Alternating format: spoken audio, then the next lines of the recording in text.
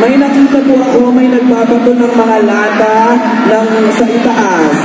Sinabi po kanina ng ating safety marshal na wala pong magbabato ng kahit na ano.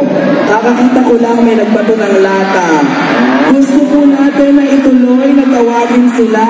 Kaya nakikiusap po kami, yung mga nasa itaas, huwag po natin tiginan ang ating mga glass na mga nakaharang dahil baka po tayo ay maaksidente.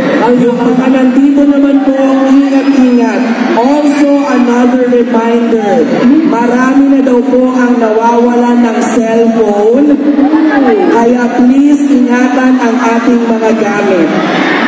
Gusto nyo bang tawagin pa namin ang Big 4? Opo!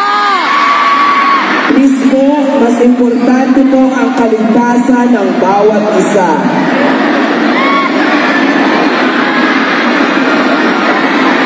May dalawang batang babaeng nawawala pero nasa admin. Kung kayo po ay nawawala po yung anak nyo at naalala nyo na, hala, may anak pala akong kasama. Nasa admin ho, anak. So, sobrang excited kasi nila nakakalimutan nila may anak na lang silang kasama. Hindi maganda ho yun. Pag uwi nyo sa bahay, naalala nyo po, ay oo nga, may anak ako. Pero nasa admin lang naman yung dalawang bata. Totoo. Pero again, iwasan natin ang magbato. Masama po ang magbato. Bawal talaga doon! Iwasan po natin ang maghagis ng kung ano at huwag magtulakan sa itaas. Alright, tuloy ang kasiyahan!